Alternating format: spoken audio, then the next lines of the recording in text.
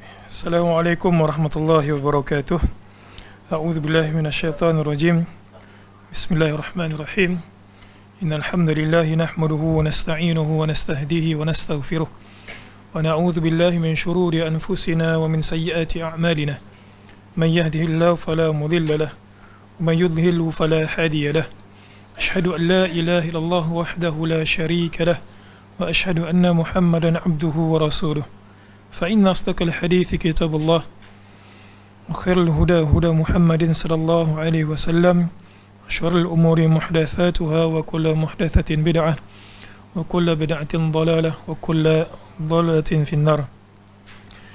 Muslimin muslimat rahmati Allah, kita teruskan perbahasan kitab 10 prinsip penyucian jiwa karangan Syekh Abdul Razak bin Abdul Muhsin Al-Badr. Pada sesi yang lepas kita berhenti pada muka surat 97. Okay, kita berhenti pada muka surat 97 pada kaedah ataupun bab yang ke-8. Bab yang ke-8 ini muslim-muslimat, tajuknya adalah takhayyuru al-julasa'i wa intiqa'u ar-rufaqa. Secara umumnya salah satu cara untuk kita menyucikan jiwa ataupun kita berlepas diri daripada perkara-perkara yang menyebabkan jiwa kita itu kotor adalah dengan memilih teman yang soleh. Dalam arti kata lain, kita menolak untuk duduk rapat. Kita boleh kenal orang yang tidak soleh. Mustahil dalam kehidupan kita ini kesemua sekali kenalan kita itu berada pada kelompok yang soleh. Okay, ada yang tak Muslim ataupun musyrik dan sebagainya. Tetapi bab yang ke-8 ini lebih fokus kepada untuk kita menceritakan masalah, untuk kita makan sekali, untuk kita mengambil satu orang itu menjadi teman rapat, maka yang sepatutnya dipilih itu adalah orang soleh. Baik, kita masuk ke muka surat 97. Walihadza yaqulu Ibnu Mas'ud radhiyallahu anhu. Yang demikian itu Abdullah bin Mas'ud radhiyallahu anhu. Abdullah bin Mas'ud ini merupakan sahabat Nabi SAW yang kita panggil senior, yang senior di kalangan sahabat-sahabat. Senior sini bermaksud beliau ini merupakan kibar sahabat masa period Makkiyah lagi, dan juga di antara yang Nabi SAW berikan kepercayaan. Jadi katanya apa? I'tabirun nasa bi akhdanihim fa innal mar'a la yukhadinu illa man yu'jibuhu. Katanya apa? I'tabiru. Kalau kamu nak menilai manusia kat sini sama ada untuk dijadikan teman karib ataupun nak dijadikan teman hidup. Tadi baru sebutkan teman hidup. Maka salah satu cara kalau kita nak menilai manusia itu bagaimana perilakunya dan sebagainya, lihat kepada bi akhdanihim, teman rapatnya. Fa innal mar'a, kemudian Abdullah bin Mas'ud radhiyallahu an beritahu, kenapa? Kalau kita nak lihat satu orang itu mungkin boleh berpura-pura depan kita. Mungkin dia ada kepentingan, mungkin dia minat kat satu orang tu. Jadi dia akan menunjukkan satu perkara yang menyebabkan orang tertarik dengannya. Jadi kalau kita nak nilai mungkin agak sukar. Jadi kita buat qarinah kat sini, buat perbandingan. Perbandingan dengan siapa? Lihat dia itu berteman kepada siapa. Kemudian Abdullah bin Mas'ud bagi tahu, dia kata, kerana sesungguhnya satu orang manusia itu tidak akan mengambil teman, melainkan teman itu merupakan satu orang yang dia rasa teruja, rasa nak ikut, rasa ta'ajub. Dan Nabi SAW sebutkan, mathalul jalis as-salih was-su'i ka hamilil misk wa nafihil kir. Perumpamaan teman yang soleh dan juga teman yang buruk, ka hamilil misk wa nafihil kir. Umpamanya satu orang berteman dengan hamilil misk. Hamil ini maksudnya pembawa minyak wangi. Kalau diterjemah kat situ penjual, tapi perkataan hamil itu lebih umum. Hamil maksudnya adalah pembawa minyak wangi. Dan juga wa nafikhil kir. Perkataan nafikh ini maksudnya adalah tukang tiup al-kir itu serdak besi kan. Kadang kalau kita nak tempar besi tu, kita katuk, kita masukkan dalam api, kemudian kita tiup itu. Nafikhul kir itu dia punya pekerjaan. Nabi SAW berkata apa? Fahamilul misk, maka kalau orang itu adalah orang soleh, umpama pembawa minyak wangi, imma ayyuhdhiyaka, sama ada dia akan memberimu sedikit minyak wangi yang ada pada dia itu, wa imma an tabta'a minhu, ataupun engkau buat dagangan dengan dia. Maksudnya tak kira apa sekalipun engkau akan terpalit akan kebaikannya. Kan kadang-kadang orang suka itu dinisbahkan. Ini siapa ni? Ini dia akan nisbahkan kepada orang yang terkenal. Ini kawan siapa ni? Kita tak kenal dalam Facebook kan. Ini kawan Abu Talha. Kita kata, oh ini kurang-kurang boleh dipercayai. Begitu jugalah muslim-muslimat. Kadang-kadang kesolehan itu tak sampai kat kita, tapi disebabkan ada kenalan kita orang soleh, maka Nabi SAW kata dia punya kesan itu akan sampai kepada kita, tidak banyak, sedikit. Wa imma an tajida minhu rihan tayyibah, dan paling kurang pun kalau engkau berkawan dengan orang soleh ini, umpama pembawa minyak wangi, engkau akan dapat bau wangian yang harum. Wa nafikhul kir, dan ni tukang besi ini, yang tukang tiup besi itu, nak bagi panas besi. Imma yuhrika thiyabak, bila dia tiup besi tersebut untuk ditempa, dibentuk, sama ada percikan daripada apa yang dia tiup itu terkena bajumu, lalu koyak.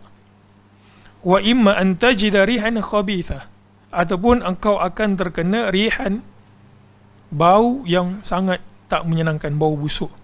Kadang kita ni, kita ambil contoh yang mudah lah. Ada orang berkawan dengan penjenayah, dia tak buat jenayah. Kalau polis nak cari penjenayah tersebut, agak dia pergi ke mana? Dia akan pergi tanya sahabat dia, sahabat engkau ni pergi mana? Walaupun dia tak buat. Begitulah perumpamaan Nabi SAW beritahu, wa imma, paling kurang, tajida rihan khabitha, engkau akan terkena, terpalit sikit dia punya kesan busuk dia tu. Itulah perumpamaan.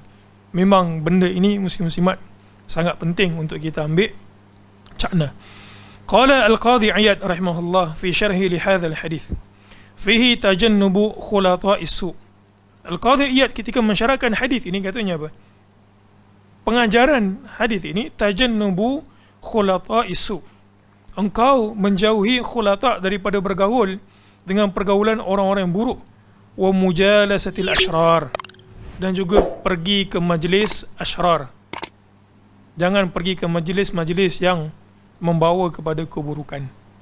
Dia mula-mula mungkin kita rasa buruk, tapi kita buat kali kedua, pergi kali ketiga, rasa berdosa itu makin menipis, makin kurang, sampailah kita tahu seperti mana yang Nabi SAW setiap kali pergi buat, berucap dengan perkataan buruk, dosa, setiap itu jugalah akan ada titik hitam pada hati kita.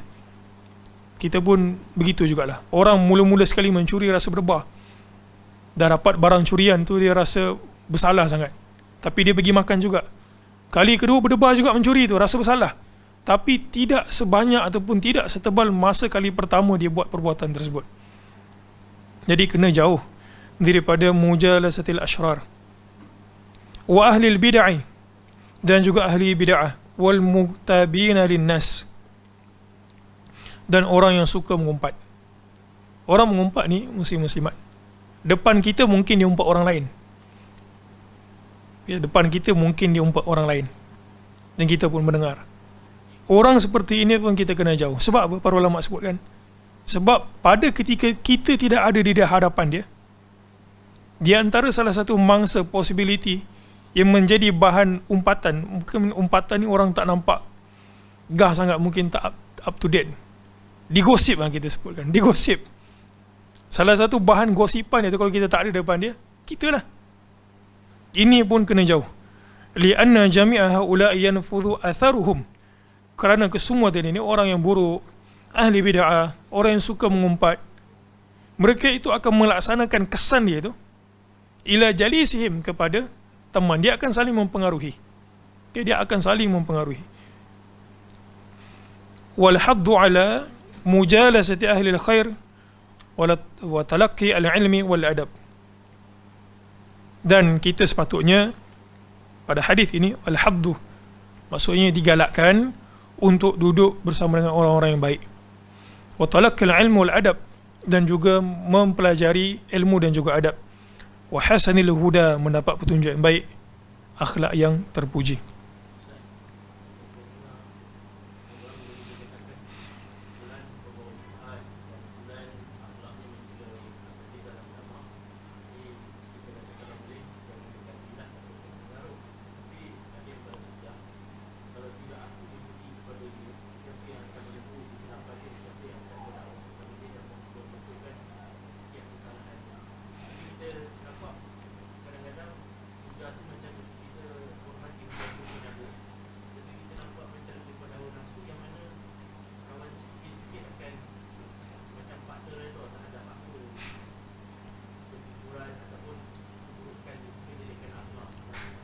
Baik, ahli maksiat dan juga ahli syubhat. Sekarang ini banyak ahli syubhat, terutama sekali geng-geng yang mungkin percaya akan konspirasi. Kan bila kita baca itu, sehingga kan Muslim itu dilaknat, dan banyak keluar daripada mulut mereka ni laknat, bergantung kepada tahap iman mereka. Ada yang mungkin ada kesedaran kata tak boleh maki, tapi syubhat itu kekal. Mungkin ada yang kurang iman sikit terus melaknat. Ada muslim-muslimat. Kalau tak percaya, cuba tengok. Kan setiap kali mungkin kita tahu, saya rasa sahabat kat sini pun nampak, bila KKM keluarkan nyata, mesti kan ada unsur-unsur laknat kat situ. Tak percaya, cuba buka. Baik, apa kita patut lakukan? Bila ada satu kelompok ataupun ahli maksiat, ada dua perkara yang patut kita buat. Yang pertama, an-nasihah. Kita tahu hadis tersebut, ad-dinu nasihat. Agama itu merupakan nasihat. Kita berikan teguran kepada mereka. Kemudian yang keduanya, kita hendaklah menjauhi di atas konsep al-bara' wal al-wala' wal bara'. Hadis ini terpakai kepada semua sekali.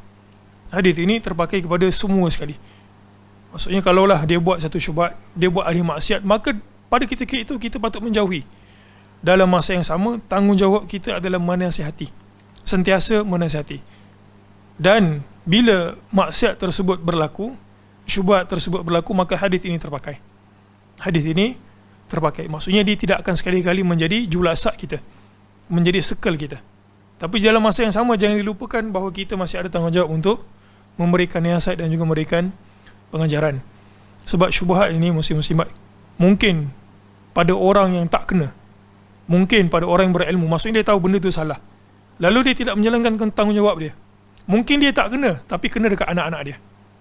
Mungkin dia tak kena, sekel dia tu okey, tapi sekel anak-anak dia kat sekolah, macam mana tu? Kadang-kadang pornografi dan sebagainya kan, pornografi, syubhat.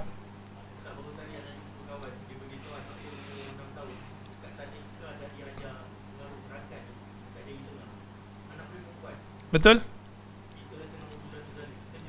Dia ada lebih teruk daripada itu sebenarnya.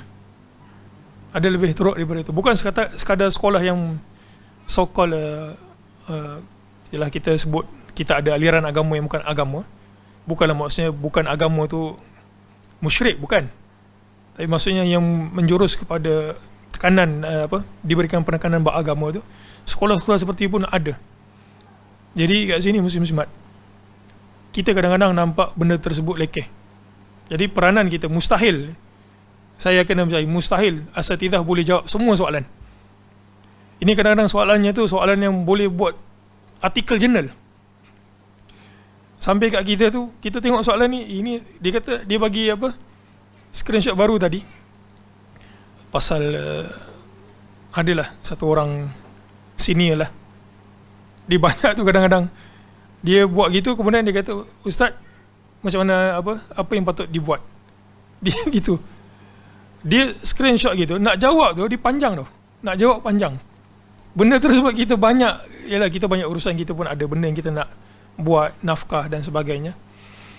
Kerja, tanggungjawab lain, amanah. Jadi menjadi peranan kepada semua sekali yang berada di sini ataupun yang menonton untuk apa? Untuk menjawab apa yang kita tahu. Dakwah. Itulah kita sebutkan tadi. Mungkin tak kena kat kita, tapi kena dekat orang lain. Mungkin tak kena kat anak kita. Mungkin kita direct dengan anak kita, tapi keluarga kita kat kampung, mak ayah kita yang terpengaruh dengan benda-benda ni semua? Berlaku tak? Berlaku. Bahkan ia berlaku juga dalam circle saya sendiri. Circle muslim-muslimat saya rasa ada juga. Ada yang seperti itu. Jadi itu dah dua perkara. Satu, nasihat. Ini memang nak tak nak, memang kadang-kadang rakan qarib boleh menjadi rakan seteru disebabkan benda tersebut. Yang kedua, kita ada al-wala dan juga al-bara', maka dia tak akan masuk kepada circle kita. Baik, fa'alal amdi, maka menjadi kewajipan ke atas seorang hamba takhayyurul julasa alladhina yu'inunahu alal khair. Menjadi tanggungjawab kita. Saya lah yang bercakap ini, muslim-muslimat. Mungkin kat sini taklah benda ni tak begitu signifikan lah, sebab kita kat sini mudah-mudahan berhimpun untuk tujuan agama, niat kerana Allah Ta'ala. Tapi tempat kerja kita kadang-kadang buat majlis dansa, majlis benda-benda yang begitulah. Ya, tak perlu disebutkan. Saya rasa kebanyakan kita kat sini bekerja, kita tahulah benda tersebut kan. Maka kita kenal hubungan kita dengan dia itu adalah atas rangka kerja. Atas rangka kerja, tapi dia tidak akan menjadi kita punya julasa, circle kita. فَإِنَّهُمْ مِنْ أَعْظَمِ أَسْبَابِ تَزْكِيَةِ نَفْسِ وَصَلَاحِهَا. Kerana rakan sebaya, rakan qarib, julasa kita ini merupakan sebab yang besar yang mempengaruhi kesucian jiwa kita. Wa ayyahdhara khulata'a asyarr, memberikan pengajaran supaya kita ini mengingat jangan sekali-kali masuk ke kelompok yang buruk. Bujulasa al-fasad fa innahum akhtaru alaihi min al-jarab. Syekh ini sebut kerana mereka itu lebih buruk daripada al-jarab. Jarab maksud jaraf, kudis. Kenapa dia sebut kudis kat situ? Sebab kudis ni dia boleh menjangkit-jangkit. Kalau tidak dirawat. Muslim-muslimat yang dirahmati Allah, suka untuk saya sebutkan 6 perkara yang tak ada dalam buku ni. 6 perkara yang sebahagian para ahli ilm sebutkan kepentingan untuk dapat kawan yang baik. Dia susah nak cari sebenarnya, susah nak cari mungkin. Sebab orang kebanyakannya suka akan hiburan, suka untuk kata Allah agama ni pergi ke masjid, pakai bebas dan sebagainya. Tapi kalau kita jumpa, kita cuba rapat dengan dia. Baik, yang pertama, muslim-muslimat, orang yang soleh ini, dia akan paksa kita untuk ikut dia, ataupun kita akan terkeluar daripada kelompok dia. Sebab satu orang tak akan boleh berhimpun melainkan fikrah itu sama. Taklah semestinya sama, tapi gaya hidup itu, dia akan paksa kita ataupun dia akan ikut kita. Jadi orang yang tak boleh berjalan sekali itu, dia akan terkeluar. Jadi itu sebab kita kena cari kelompok yang soleh. Dia akan, kita panggil majbur, paksa kita untuk ikut dia. Bukanlah paksa maksudnya kalau kau tak ikut engkau belah. Tak. Maksudnya kita nak duduk sekali itu, kita akan rasa segan. Ni semua katalah ada satu orang muslimat tak menutup aurat dengan baik, dan kelompok dia pergi tu pula kelompok yang auratnya sempurna ditutup. Sama ada dia akan keluar daripada majlis itu ataupun dia segan kemudian dia ikut seperti mana pakaian mereka. Itu satu. Yang kedua, orang yang soleh ini orang yang soleh, betul soleh, maksudnya dia faham agama dan dia buat. Itu kita sebut soleh. Dia tak nama soleh kalau dia buat tanpa ilmu ataupun dia berilmu tapi dia tak buat. Orang soleh ini, muslim-muslimat, dia akan memerhatikan aib kita. Dia akan memerhatikan aib kita. Itu sebab di antara qaul Abu Hurairah dalam riwayat Al-Bukhari, kitab Adabul Mufrad, bukan dalam kitab sahih dia. Katanya apa? Al-mu'min mir'atul mu'min. Seorang mukmin merupakan cerminan mukmin yang lain. Idza ra'a fihi 'aiban aslahahu. Kalau dia nampak ada satu aib pada saudaranya, dia akan cuba menegurnya. Itu sifat mukmin. Bukan pergi masuk kat Facebook, tak sebut nama, tapi cakap belakang. Kita sebut seperti itu. Itu bukan sifat mukmin. Abu Hurairah dalam riwayat ini sebutkan apa? Al-mu'min mir'atul mu'min. Jadi orang soleh ni pentingnya, kalau kita kawan orang soleh ni, dia akan tahu, dia kata, akhi, ini benda ni salah. Ini antara kita dua, benda ni tak patut dibuat. Aku nampak engkau ni makin lama makin kasar perkataanmu, makin lama-lama nak mencela orang. Jadi itu. Orang soleh, dia akan tegur kalau nampak aib saudara dia. Ini betul-betul soleh lah, maksudnya dia ada ilmu, dalam masa yang sama dia juga beramal dengan ilmu yang dia ada. Yang kedua, yang ketiga, kalau kita bergaul dengan orang soleh, sekurang-kurangnya saat kita bergaul, kita jumpa dia, kita tak buat maksiat. Ada sini berani apa, jumpa cikgu disiplin kemudian isap rokok. Tak ada. Ataupun kita jumpa satu orang syekh, tiba-tiba kita tak tutup aurat, kita pakai seluar pendek. Kita kalau masih ada iman, dia akan segan, dia akan cabut lari. Jadi saat kita bergaul dengan orang saleh, sekurang-kurangnya kita tak buat maksiat. Itu yang ketiga. Yang keempat, orang yang saleh ini, muslim-muslimat, dia akan ada satu ganjaran. Bertemu dengan orang saleh ni akan ada satu ganjaran yang Allah Subhanahu Wa Taala sebut dalam Al-Quran. Surah Zukhruf ayat ke-67 dan 8. Ini ayat ni, kalau rasa macam sayang nak tinggal,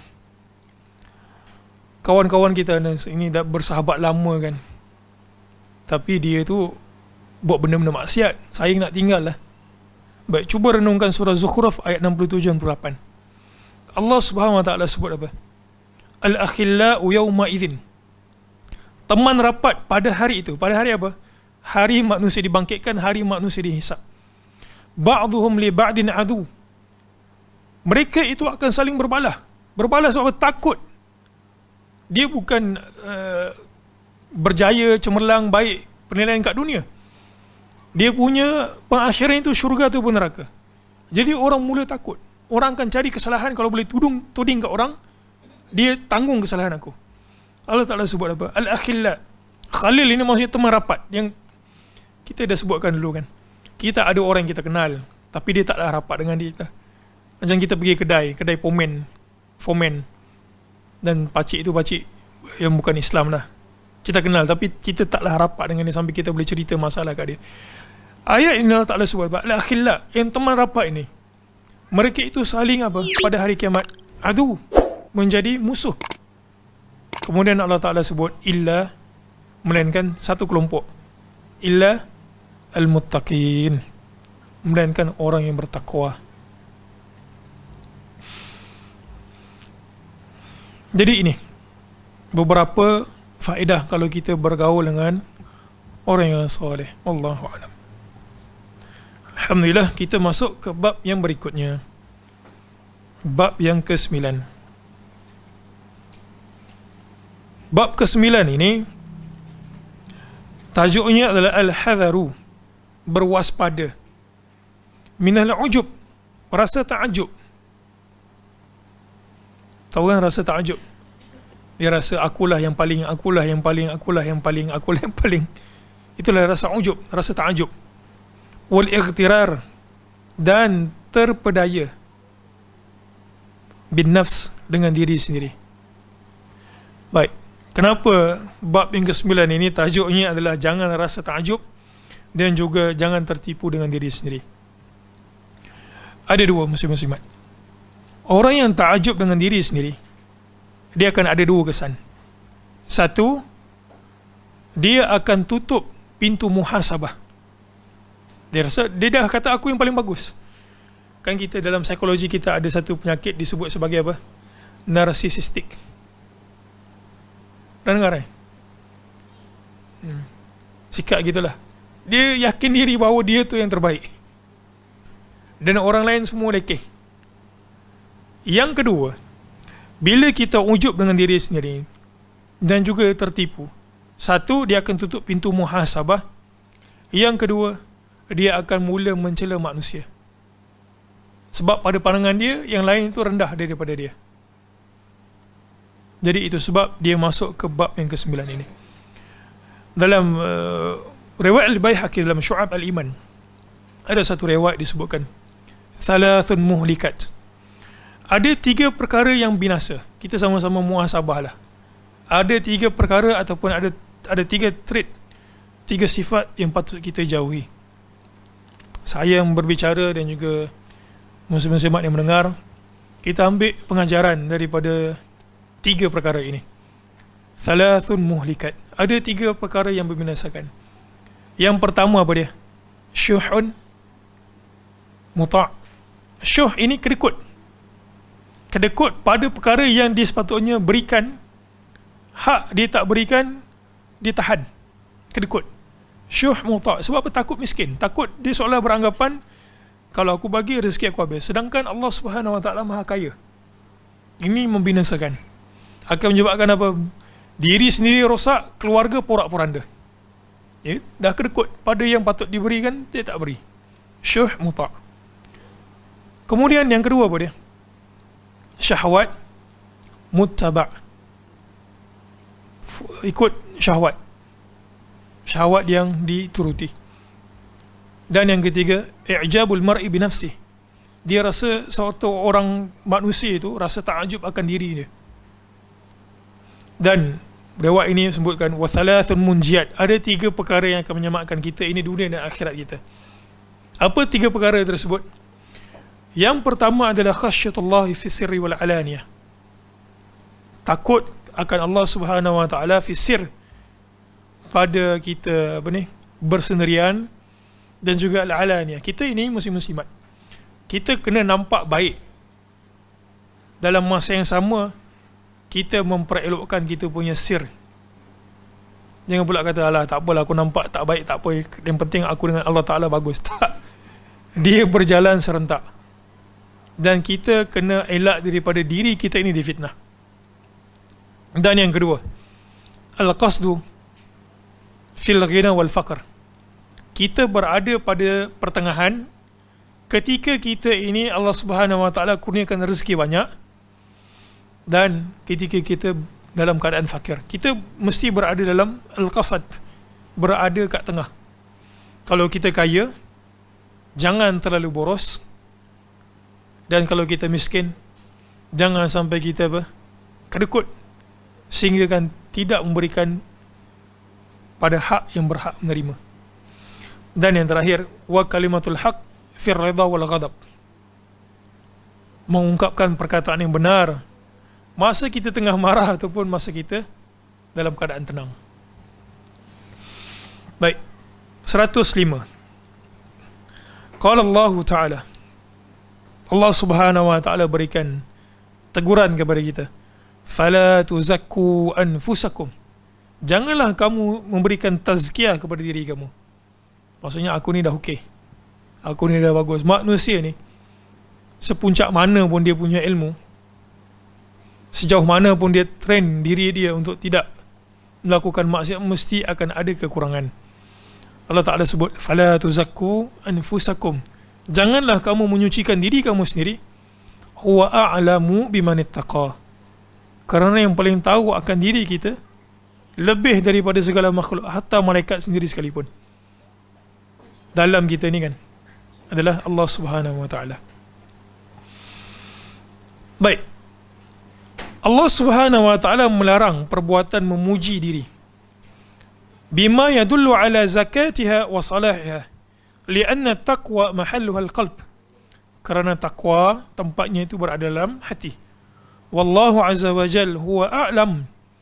Dan Allah Subhanahu Wa Ta'ala lebih mengetahui biman hasalat minhu taqwa, siapa yang telah pun memperolehi takwa. Wa lianna hadzal madh lin-nafsi sababun lidukhulil ujub 'alaiha. Sebab pujian ini melampau-lampau merupakan sebab kita rasa kita tu okey. Kita rasa macam ujub.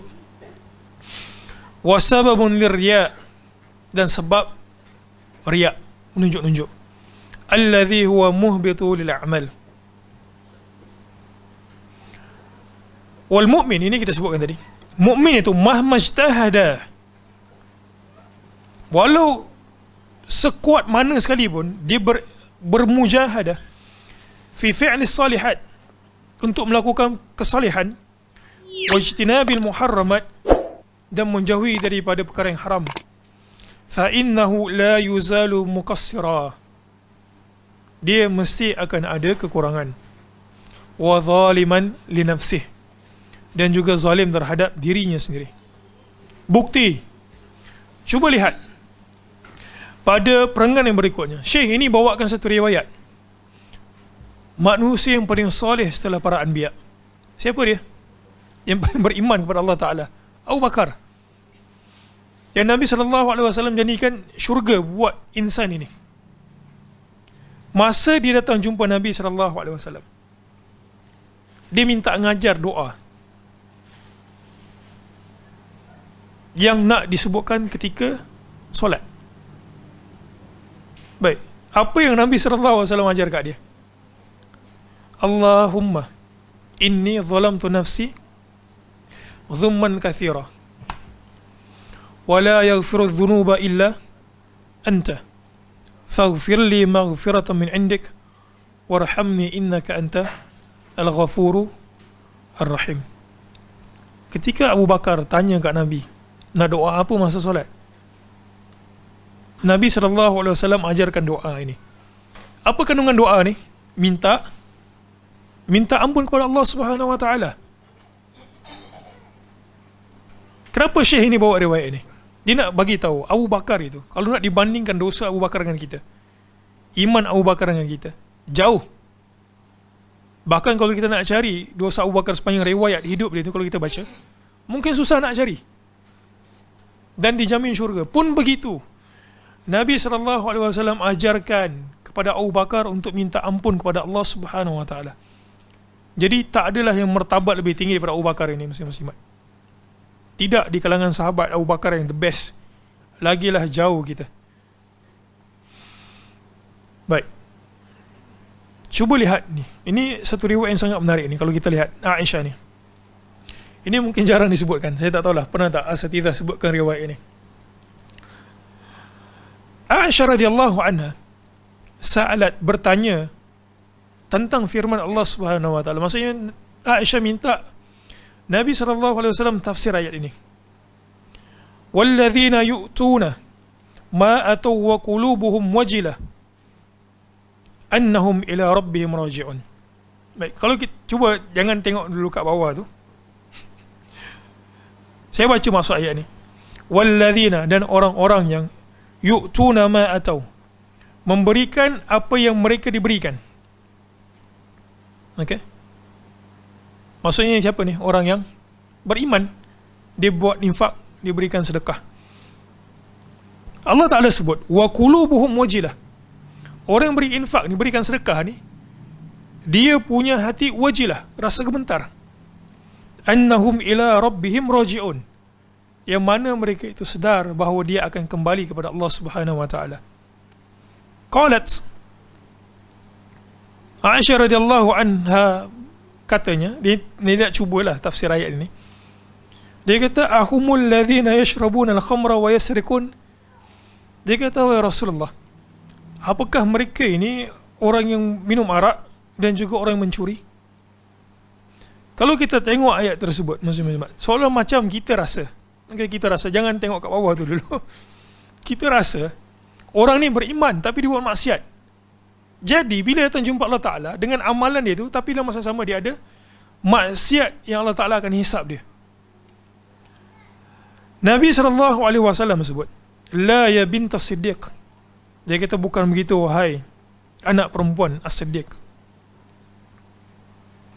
Walakinnahumul ladzina yasumun, tetapi mereka ini orang yang berpuasa. Wa yusallun, mereka yang solat. Wa yatasaddaqun, maksudnya dia memang orang soleh. Tapi kenapa mereka itu bila jumpa Allah Subhanahu Wa Taala dia rasa gemetar? Kita kena reflect diri kita sendirilah kan. Wahum yakhafuna alla tuqbala minhum, kerana mereka ini takut amalan mereka itu tidak diterima. Kenapa Syekh ini bawa riwayat ini? Supaya kita ini tidak rasa complacent, kita tak rasa bermudah-mudah kata aku dah buat, aku dah solat, aku dah pergi majlis ilmu, dan kita rasa yakin, sepenuh-penuh yakin bahawa semua itu diterima, itu tidak menjadi masalah. Tapi kita tak nak pergi kepada, kita berasa cukup dengan apa yang kita dah buat. Kita kena letak sekelumit pada jantung hati kita ini, rasa Allah Ta'ala terima tak ni amalan ni, apa lagi yang kurang ni, apa lagi yang kurang. Supaya apa? Supaya kita tak tertipu akan diri kita sendiri. Baik, berikutnya, wa qala Abdullah bin Abi Mulaikah rahimahullah, adraktu akthara min 30 sahabiyan kulluhum yakhafuna an-nifaqa ala nafsih. Aku bertemu dengan 10 orang sahabat. Aku bertemu dengan 30 lebih orang sahabat, bukan 10, 30, 30. Kulluhum, kesemua mereka itu yakhafuna an-nifaq ala nafsih. Apa maksud nifaq? Sebut beriman tapi buat lain. Dia mungkin tak buat depan-depan, tapi kita yang kat belakang ni kan, kita orang tak nampak. Maka kita beristighfar terhadap sir kita ni, rahsia kita tu yang orang tak tahu, yang Allah Subhanahu Wa Taala tahu. Jadi bila orang itu rasa takjub dengan diri sendiri, dia akan menyebabkan satu orang itu tak bermuhasabah.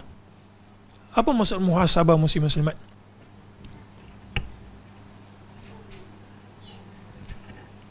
Apa maksud muhasabah? Saya suka untuk petik perkataan Al-Mawardi. Muhasabah ini banyak kali dia sebut kat sini. Dia kata apa? Satu orang pada waktu malam, ayatasaffah, dia akan menelusuri apa yang dia telah perbuat pada pagi hari. Kita lah malam-malam kan, kita buat apa hari ni. Ayatasaffah, dia kata ayatasaffah ni maksudnya menelusuri. Al-Mawardi sebut, kalaulah ada perkara baik yang dia buat, maka pada muhasabah dia itu, dia tekad untuk meneruskan perbuatan baik tersebut.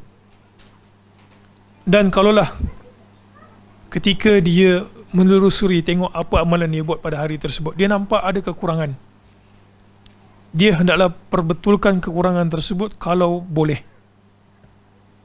Contohnya apa? Istighfar. Kalau ada hak yang dia terambil, dia pulangkan. Kalau ada terkasar bahasa, dia kata apa? Saya minta maaf. Dan keesokan harinya dia berazam untuk tak buat benda yang sama. Ini maksudnya adalah muhasabah.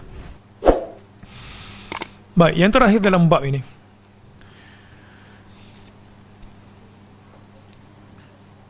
kalaulah kita nak memuji satu orang,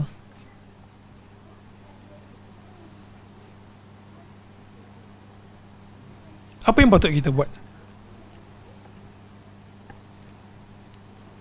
Kalau kita nak puji satu orang, kita hendaklah berlapik. Kita hendaklah berlapik. Nabi SAW sebut dalam hadis riwayat Muslim, in kana ahadukum, sebab kita nak mengelak benda tersebut menjadi apa? Menjadi dia itu pergi kepada rasa takjub pada diri dia, dan dia stop muhasabah dan juga melakukan kebaikan.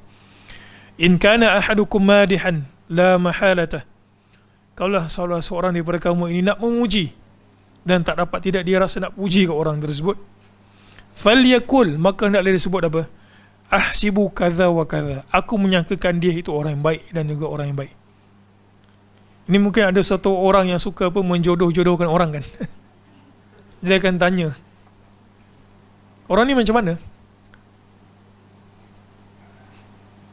Siapa biasa kat sini yang suka jodoh-jodohkan orang? Dia kata, dia tanyakan, macam mana orang ni? Agaknya apa respon kita?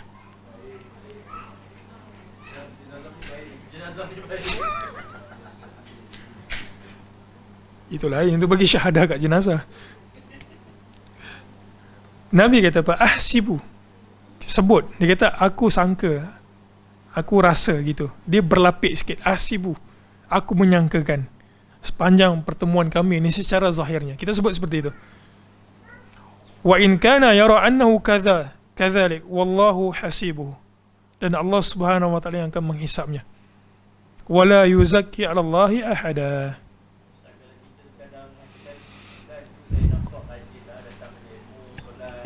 Ya. Yeah.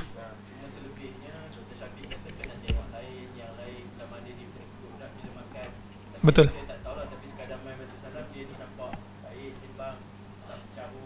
Betul. Betul.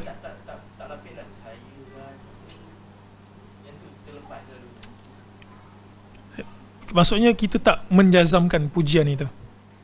Macam tadi tu okey lah tu.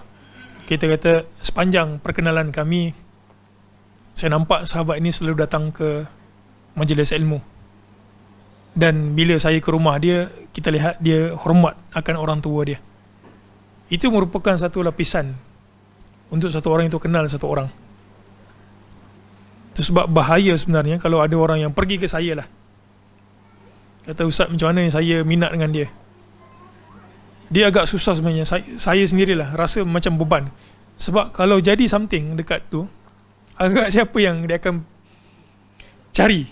Dia kata ini Ustaz punya tazkiyah lah ni. Kita berada di pertengahan. Sebab ada orang yang memang nak tolong orang, tapi ada orang yang hobi dia memang masang-masangkan orang. Matchmaker. Dia keterlaluan. Jadi ini menjadi pengajaran buat orang yang suka. Betul kita ta'awan 'alal birri wat taqwa. Kan takwa, dia takwa bukan itu saja. Sebab biasanya orang bila nak tengok dalam bab ini dia akan tengok sebelum. Tetapi yang paling susah dalam alam perkahwinan ini adalah masa itulah kan, masa berkahwin itulah kan.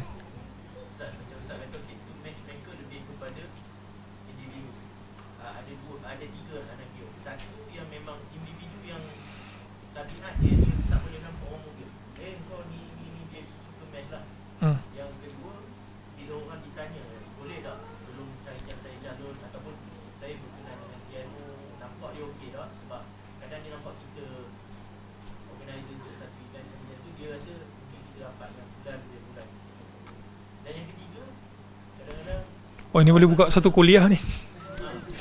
Siap ada poin lagi, poin 1, poin 2, poin 3. Satu lagi Ustaz, NGO atau perubahan tu kadang-kadang dia buat apa, Baitul Muslim. Baitul Muslim. Dia bukan Baitul Salam Baitul Muslim. yang surah ada buat, dia cuba, dia kata kita cari, kita selamatkan rumah kita supaya tidak menyukan orang lain fitrah, yang kemudian susah datang majlis ilmu ke atau sebagainya. Jadi kita selamatkan muslimah kita dengan kita buat kan. Tapi ada juga yang saya dengar dia cuba buat macam tu, lepas tu dia suruh direct ta'aruf pula. Macam mana tu? Jadi dia orang jadi macam berchatting-chatting sendiri macam tu. Apa guna dia bantu daripada awal, kononnya nak mengelakkan dia tinggal. Tapi dia lepas sampai dia tinggal, dia suruh dia orang bersama sendiri. Ni boleh buat daurah ni. Daurah macam mana cara nak ta'aruf. Bukan nak tambah lagi, tapi Bukan nak tambah lagi, tapi macam mana nak beritahu saya nak tambah tanpa saya beritahu saya nak tambah. kanta Ustaz, tak lepas balik rumah lagi jangan Ustaz. Itu betul Tapi memang itu realiti Ustaz. Tepat kan perkataan tu kan, tepat kan. Memang ada kes Ustaz, sampai kat gitu lah. Muslimat pun sama juga yang gelak-gelak tepi tu kan. Dia biasa macam itu, dia nak bagi tahu suami dia tanpa bagi tahu suami dia secara direct, dia nakkan benda tersebut. Ini falsafah yang bukan kan. Ini renungan lah, renungan. Allahu a'lam. Tapi itulah, kita kena ada hudud supaya orang yang kenali pun kadang-kadang terbabas juga. Kadang itulah susahnya kan jadi matchmaker ni. Kita matchkan dia dengan satu orang, tiba-tiba tak jadi, perempuan tu pula berkenan dengan kita kan. Sudah gitu, masalah. Jadi buat cara yang kalau boleh tak ada perantaraan tu lebih baik lah.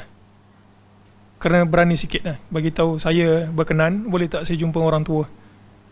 Itu yang terbaik. Kalau nak selamat kadang-kadang sampai ke satu tahap dia kata tanya ustaz lah, ustaz senior lah, tanya ustaz Adli. Dia tolak je tu, lepas tu Dan sebab kita masing-masing, sama ada dia ustaz ke tak ustaz ke, dia masing-masing ada fitrah tu kan. Fitrah nak berkahwin, ada syahwat, ada kehendak, ada hati, ada perasaan dan sebagainya. Jadi pada satu tahap kita perlu tahu batas kita. Kita perlu tahu batas kita. Saya berseluruh tadi, harap yang tu tak terasa lah.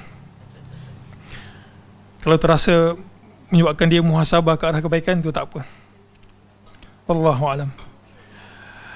Baik, saya rasa sampai sini saja. Kalau kita teruskan, kita cuma ada satu bab saja lagi. Okay, bab ke-10.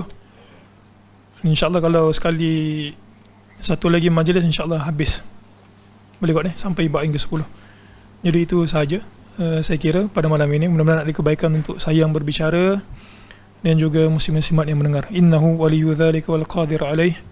Subhanakallahumma bihamdik, asyhadu an la ilaha illa anta, astaghfiruka wa atubu ilaik. Assalamualaikum warahmatullahi wabarakatuh.